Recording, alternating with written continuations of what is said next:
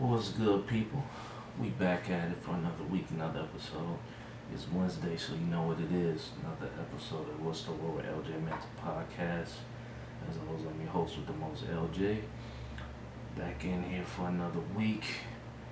Yeah. And this particular week, really day, has kind of become a new, within the last couple of years, unfortunate but celebration type day. Um, Somebody in particular, very influential figure, um,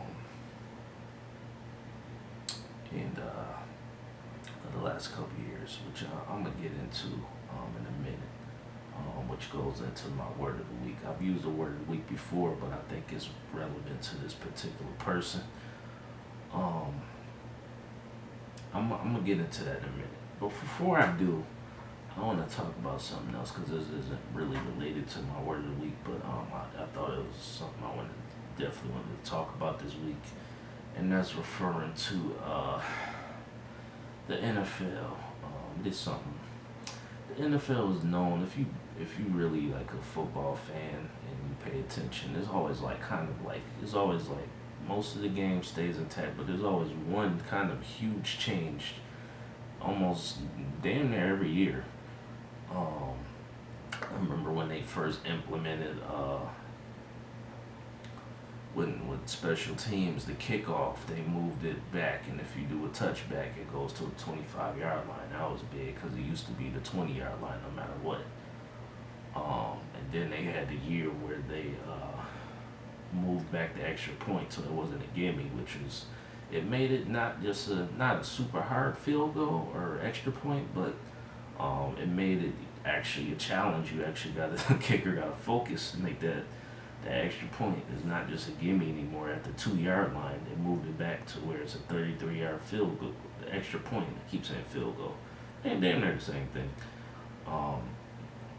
But yeah, there's always been one huge change that I can remember for the past somewhat years. Seems like for the last 10 years. I remember a couple years ago, after the controversial NFC Championship game against the Saints and Rams, where it was a non-call, where it was an obvious pass interference call, where I think the Saints would still lost regardless because they still had opportunity to win that game, and they didn't. And some Saints fans might argue differently that they basically won the game, but they got the ball back if you saw that game, and they still had a chance to win, and they didn't. So, yeah, there's always been like a huge change damn near every year. And last year, how could we forget that they added a 7th playoff team, which basically means that the number 2 seed in the AFC and NFC had they basically got to play wild card weekend when before they would have a bye week along with the number 2 seed, which is kind of messed up if you think about it. I know people want more games, especially as a football fan, you want more games, but how much is too much? It can make you wonder. I feel like for quite some time, and I believe change is good, but all change is not good. All change isn't good. Change is necessary. You have to conform with the times. The world is constantly evolving, but that doesn't mean all change is good. And I think sometimes NFL might be overdoing it with some of the changes that they make.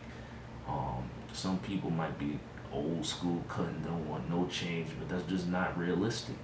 Things have to change. You have to grow and evolve with the world. I completely understand that, but you just gotta know, like, so sometimes it seems like they're reaching. Sometimes it really does.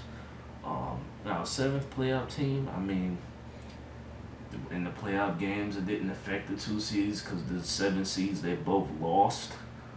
They didn't. Neither one of them won a game. That was the Colts and the Bears. Now you can kind of understand the Colts actually had a really good record. So if they would have kept the format the previous year, they wouldn't have even made the playoffs. But with them, they got a fighter's chance and they still lost. But the Bears, you could argue they didn't even deserve to be in the playoffs. They got in kind of by accident, and they .500 record, 8-8, and never really stood a chance against the Saints in the playoffs. Um, but yes, this year now they're adding. They just announced, and it's been hinting at, it's been talked about for quite some time. So it's not no new news, I guess, but it's official now that there will be a 17 game regular season NFL.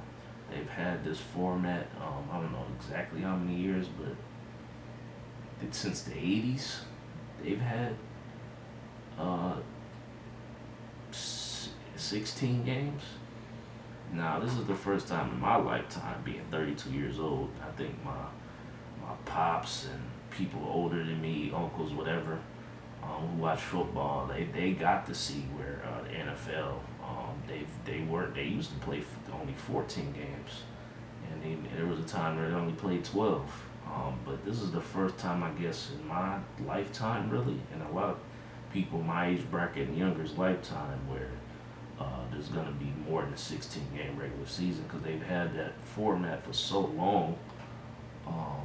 But if you look at the NFL, they've constantly, I think, adapted the ball more than any league, and NBA is looked at as like the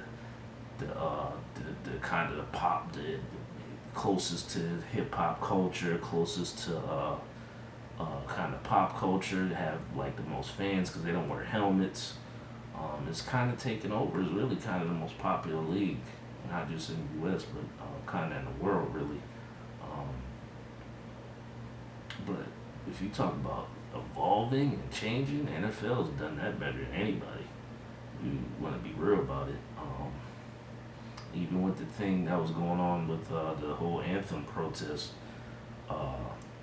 the NFL actually, if you look at it, people was going hard at the NFL, but if you look at how it's set up, they never had a mandate where it was mandatory for people, athletes to stand during the anthem. That was optional. Every other league, MLB, including the NBA, which is looked at as the most evolved league, they had a mandate where it was mandatory for you to stand during the anthem. So that's something interesting to point out. NFL was like one of the few leagues like that didn't have that mandate. But NFL has always been evolved over the years. And this is just the latest adaptation. Them adding 17 games. I know like 10 years ago I heard about they wanted 18 games, which seemed like too much. 17 games, have an odd number of games in any sport just seems weird. It seems like it would throw it off. Maybe you just need to see it play out for the first year. I'm open to see how things go. And I mean, granted, we ain't got no choice anyway but to see how it goes. But I'm open. I'm going to watch them all. I'm a big NFL fan. I'm going to watch it just to see how it goes. But just the 17 games, it just seems really odd. I would rather there be 18 games than 17, really. Because it just seems to have an odd number of games in the NFL. It just seems like it throws the whole scheduling off. I feel like they had the perfect structure set up with the 16 games, the 32 teams. I know there only used to be 28 teams, and then they added 30 teams, and now it's 32 teams. So it seems like since 2002, they've had 32 teams. And that whole structure, 16 teams, 17 weeks, one bye week, 6 playoffs. It seemed like the perfect structure how they had it set up. Now that they adding a 17 game, like it seemed like that structure's kind of thrown off. But I don't know. We just gotta see how it plays out. And it's interesting because when you play out of conference opponents, it was such a rarity because they circulate every 4 years, and now it kind of adds less rarity because I guess the 17th game, if you understand football, it kind of creates less of a rarity now with how they have it set up because of this game that they're adding an out of conference opponent, which means an AFC team, like for example the Packers are going to play the Chiefs, and the Bills are not the Bills, but the Steelers are going to play the Seattle. Right? That's an extra out of conference game, AFC versus NFC, where normally there's four teams they play out of conference. Now it's a fifth team, so that they're gonna circulate depending on, I guess, division. It's gonna circulate how um, every, I guess, 3 4 years they're gonna do that, where they're gonna it's yeah. So wherever the seeding, wherever the division finished, they're gonna play that team. So that it's I guess it's good. They add more ratings, more revenue created for the NFL, and I wouldn't be surprised at this point they added the eighth playoff team, whereas there's nobody gonna have a bye week in the playoffs. I wouldn't be surprised if they added the eighth playoff team at this point. And we'll see. The NFL always makes one huge drastic change that kind of impacts the game. It doesn't seem like it, but it does. It seems like they've been doing that every year. And they, like I said, they evolve more than anybody. But some just seems too much. I don't know. This seems like it's too much to me. But I need to see how it plays out. Maybe I'll like it. Maybe people will like it. But right now, I don't like it at all. I think the 16 game schedule with I don't even mind the 7th playoff team as much. I didn't like that at first either. Um, I think they could have did without it. I still think they could have did without it, but I mean, we just need to see it play out. Couple years, because we just gonna see, and the NFL gonna keep evolving. They gonna keep making their changes. It's not gonna stop. But just gotta see how it play out. It's gonna be interesting. I'm looking forward to it regardless the upcoming season. I'm a big football head. I like basketball too. Um, Not so much baseball. I do like the playoffs, and I like the Yankees, but overall not a big baseball fan and don't really watch hockey. But yeah, it should be good. Looking forward to it. Now, let's get into my word of the week. Like I said, I used this word of the week before, which is legacy, and I feel like it's very relevant to this particular person that I'm about to get into. Used this in the past before with when I was talking about Chadwick Boseman. I think I used it with somebody else who I feel like is an important figure as well. But I'm talking about none other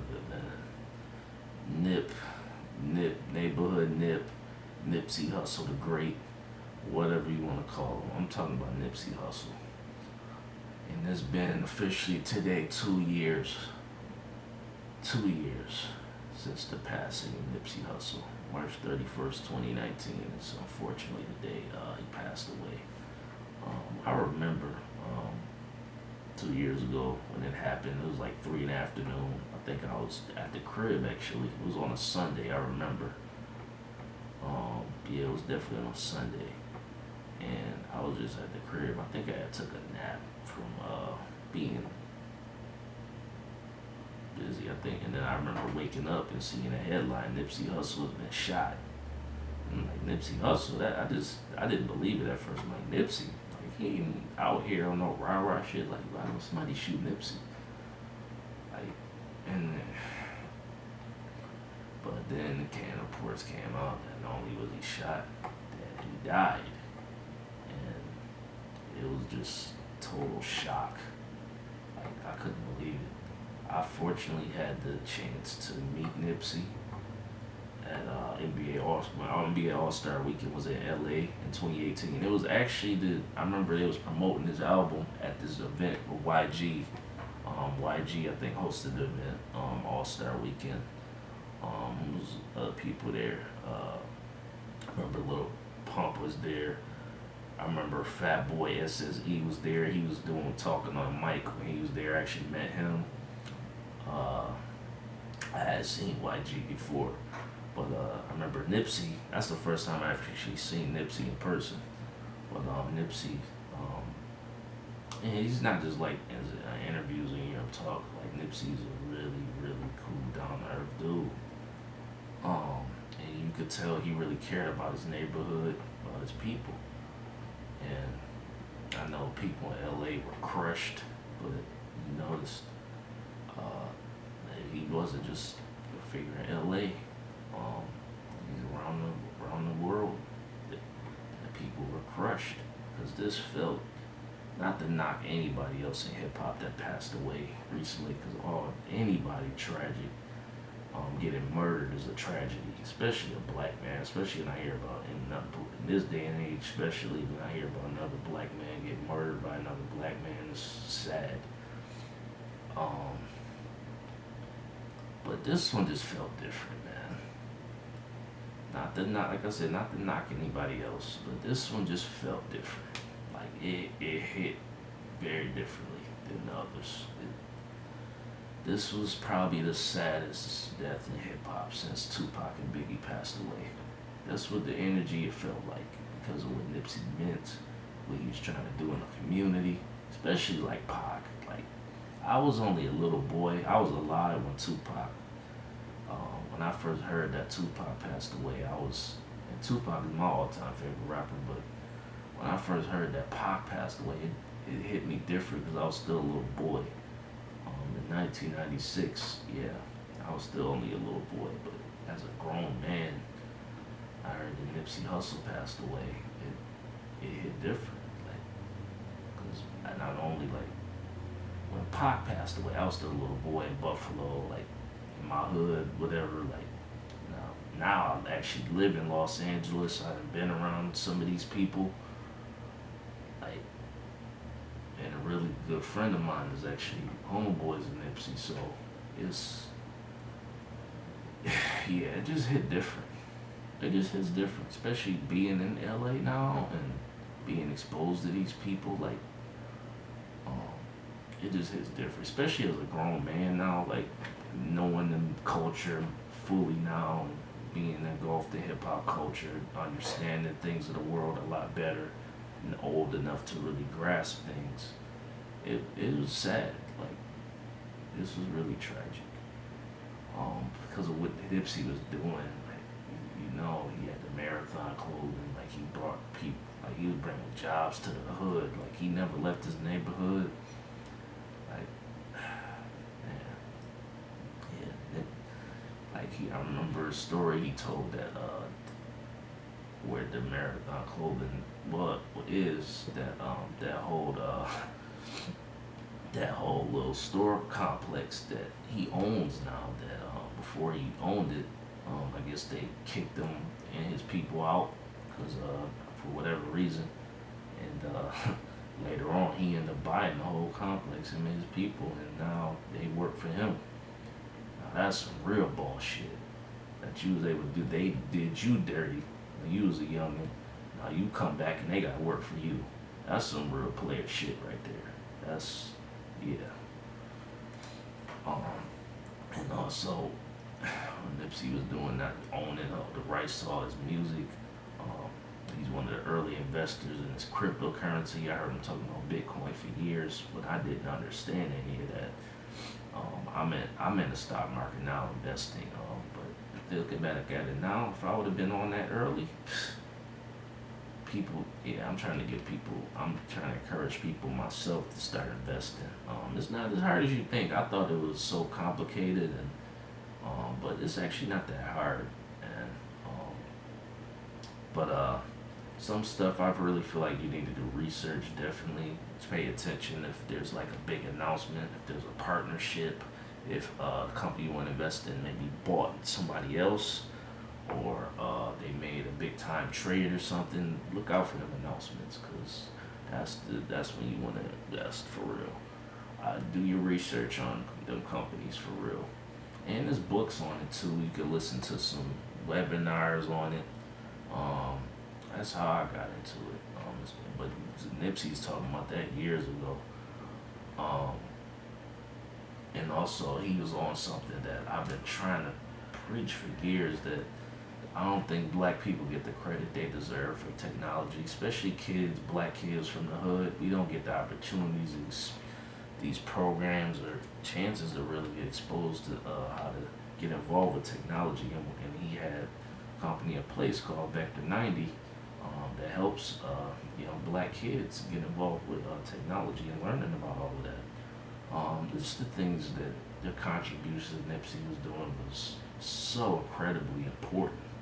it was necessary. Nipsey Hussle was necessary, and for somebody to take him away is just tragic. And I remember when I first heard about it, I ain't gonna lie, I thought it was gonna be like a war in LA. I thought it was about to be 92 riots all over again. I'm so happy it didn't come to that. And Big U led a march of getting all the gangs together, so that wouldn't happen. Because if you know the story about after Tupac passed away, there was a war that broke out in LA, and a lot of people lost their lives. And I think there, but fortunately, it didn't come to that. People were able to come together after Nipsey passed away. It's sad. Nipsey, I think, was really important. And the things I think he was about, well, not already doing, but I think the things he was about to do was about to shake up the world. And he wasn't as big of a name as Tupac or Biggie, but the impact felt just the same. The impact was the same. It was that big time. People was all over it. Now, I think it is whack for people to become fans of somebody after they die. Now, I think Biggie got one of the most big, important songs that I've ever heard when he said, "You're nobody till somebody kills you," which can be a fact because it seemed like way more and more people got flocked to Nipsey after he passed away. Why do we have to wait till they pass away to be celebrated? Like, why? I mean, Nipsey was dope when he was here. I mean, I get it if you don't know about somebody and how you supposed to know, I guess. But because Nipsey wasn't as big of a name as Tupac or Biggie. Tupac was a superstar worldwide. I think Biggie was there too. I think Tupac is probably the biggest international rap star that people know. I think if you go around the world, I think when you say hip hop, the first name that comes to mind, I think is Tupac. That's the first name that comes to mind. Before, not to knock anybody, because there's a lot of legends out there. Not to knock Jay-Z or Snoop or anybody else, because Snoop is a pretty big time star as well. But I think the first name that comes to mind is Tupac. But Nipsey, the impact when he passed away, that's the energy I feel. I feel like this is Tupac all over again. Especially how he died. Like, he just got nominated for a Grammy for his album, which I think should have won Grammy Best Rap Album, because Victory Lap is a classic. And I was saying that when he was here. I was saying Victory Lap was a classic when he was still here. And Victory Lap is a very dope album. But yeah, it's sad. It's tragic. I think, yeah. And it's these certain people that I feel like come along once in a lifetime. And I think Nipsey was one of them. He's a rare breed. Nipsey Hussle was a great, and I think he'll leave a lasting legacy. And one of the most important things I think he ever said was the highest human act is to inspire. Which can be true. And the whole energy around him, when you listen to his quotes and interviews, his energy was like Pac. He didn't rap like Tupac. Their styles are totally different on the mic. But when you look at the quotes and people quote Nipsey all the time, that energy, that's some stuff that Tupac was on. And it just inspiring people with game-changing ideas and thoughts. That whole energy was Pac. That I don't think anybody else has come close to matching that. But Nipsey Hussle, really. And Pac said that he may not change the world, but he wanted to be the brain that sparked the brain that would change the world. Maybe Nipsey Hussle was the start of that. Maybe Nipsey Hussle was supposed to be somebody that was going to change the world. And I think Pac has sparked a lot of brains. And we can all do our contributions to help change the world in a better way. But yeah, alas, long live Nipsey Hussle, man. in 2 years. It's crazy, and it's crazy that I can remember it actually being here in LA when that happened. Um, but yeah, I think that's gonna do it for me today. Just had to talk about that. Thought it was important that I address this with Nipsey uh, today. So yeah, that's gonna be it for me, and I'm out.